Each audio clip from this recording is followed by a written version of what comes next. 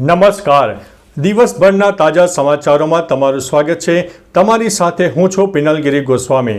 સમાચારો વિસ્તારથી જાણીએ એ પહેલા મહત્વના સમાચારો ઉપર એક નજર. મિત્રો, આજની વિડીયોમાં વાત થશે આરટીઓનું સર્વર ફરીથી ડાઉન, લોકો હેરાન પરેશાન થઈ ગયા હતા. ત્યારે વાત થશે સુરત મહાનગરપાલિકાના કર્મચારીઓનું અનોખું વિરોધ પ્રદર્શન સામે આવ્યું છે.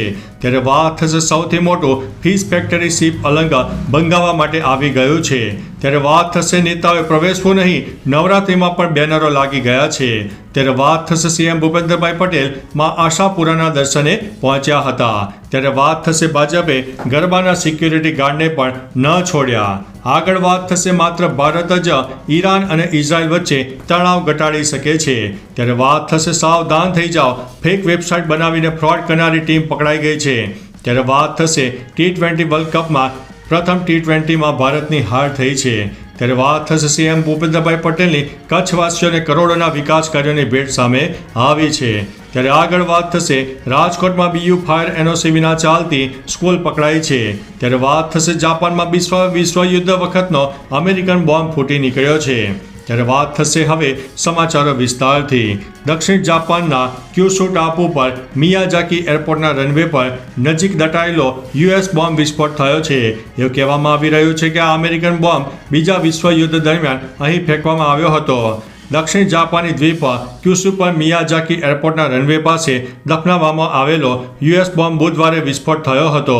વિસ્ફોટના કારણે રનવેને નોંધપાત્ર નુકસાન પણ થયું હતું. મિત્રો, અન્ય મહત્વના સમાચારની વાત કરીએ તો રાજકોટમાં બીયુ ફાયર એનઓસી વિના ચાલતી સ્કૂલ પકડાઈ છે. રાજકોટના મવડી વિસ્તારમાં શ્રી હરિ સોસાયટી શેરી નંબર 16માં ચાલતી જય કિશન સ્કૂલ વિશે મોટો ખુલાસો થયો છે. આ શાળાનું નવું બિલ્ડિંગ ગેરકાયદેસર છે.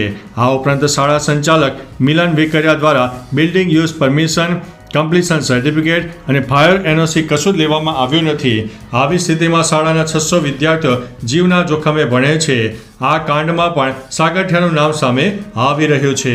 મિત્રો, અન્ય મહત્વના સમાચારની વાત કરીએ તો મુખ્યમંત્રી ભૂપેન્દ્રભાઈ પટેલ માંડવીમાં ₹117 કરોડથી વધુના વિકાસ કાર્યોની કચ્છવાસીઓને ભેટ આપી છે.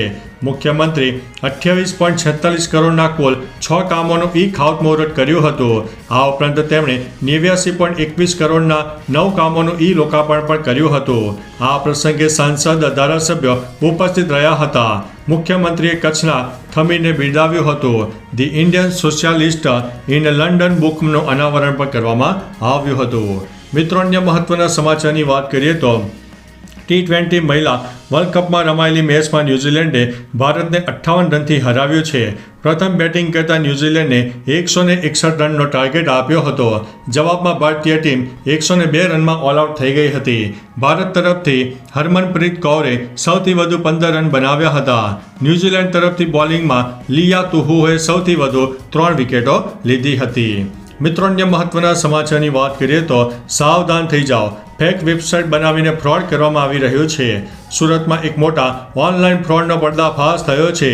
કેટલાક ઇસમોએ ઈ-કોમર્સ વેબસાઇટ ફ્લિપકાર્ટ જેવી ફેક વેબસાઇટ બનાવી હતી. વેબસાઇટ પર 70થી લઈને 90% સુધીની ડિસ્કાઉન્ટની જાહેરાત ફેસબુક ઉપર મૂકીને પૈસા લીધા બાદ વસ્તુની ડિલિવરી નહીં કરતી ગેંગના 6 સભ્યોને સુરતની સરથાણા પોલીસે ઝડપી પાડ્યા છે. 12 પાસ થયેલા 3 થી 4 જેટલા આરોપીઓએ બીટેક અને MCA પાસ 2 યુવકને નોકરીએ રાખ્યા હતા. છેલ્લા 1 વર્ષથી આ ગોરખધંધો ચાલતો હતો.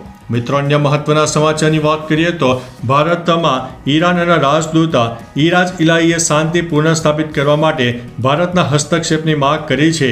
ઈરાની રાજદૂતે કહ્યું છે કે ભારતે આ તકનો લાભ ઉઠાવીને ઇઝરાયલને પ્રદેશમાં તેની આક્રમકતા રોકવા અને શાંતિ અને સ્થિરતા જાળવી રાખવા માટે સમજાવવું જોઈએ. ઈરાનના રાજદૂતે કહ્યું છે કે માત્ર ભારત જ તેમના દેશ અને ઇઝરાયલ વચ્ચેના તણાવને ઘટાડી શકે છે. મિત્રો, અન્ય મહત્વના સમાચારની વાત કરીએ તો છેલ્લા થોડા સમયથી ભાજપનું સદસ્યતા અભિયાન ચાલુ થયું છે. જેનો ટાર્ગેટ પૂરો કરવાનું પ્રેશર એટલું બધું છે કે કોલેજના વિદ્યાર્થીઓ, હોસ્પિટલના દર્દીઓને સભ્ય બનાવવાના સમાચાર આવ્યા હતા. હવે તો વડોદરાના પૂર્વ સાંસદ રંજનબહેન ભટ્ટે ગરબા ગ્રાઉન્ડના સિક્યુરિટી સ્ટાફને ભાજપના સભ્ય બનાવ્યા છે.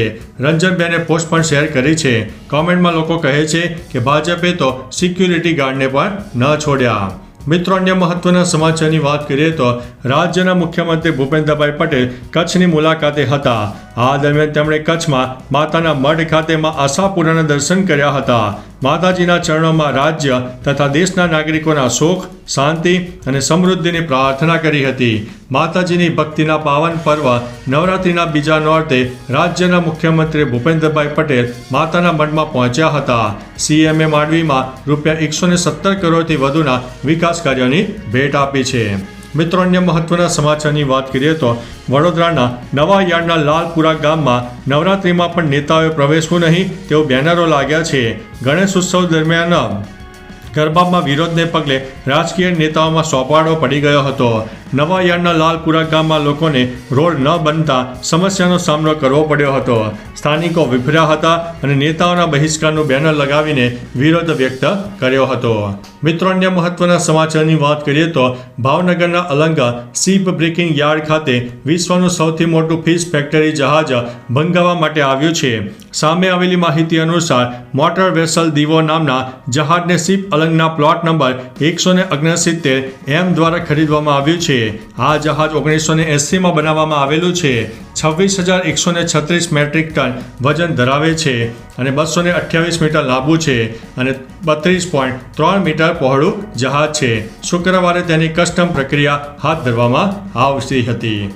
મિત્રો, અન્ય મહત્વના સમાચારની વાત કરીએ તો સુરત મહાનગરપાલિકાના કર્મચારીઓ પોતાના પડતર પ્રશ્નોને લઈને વિરોધ કરી રહ્યા છે.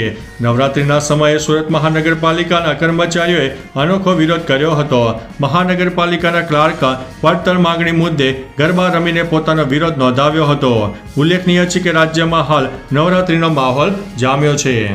મિત્રો, અન્ય મહત્વના સમાચારની વાત કરીએ તો આરટીઓનું સર્વર ફરીથી ડાઉન થયું છે. લોકો હેરાન થયા છે. ફરી એક વખત અમદાવાદ સહિત રાજ્યમાં આરટીઓનું સર્વર ડાઉન થઈ ગયું હતું, જેના કારણે લોકોને ભારે મુશ્કેલી પડી હતી. સેંકડો લોકો આરટીઓના ધરમધક્કા ખાયા હતા. કામ ધંધા બંધ રાખીને આરટીઓના કામે આવેલા લોકો અટવાયા હતા.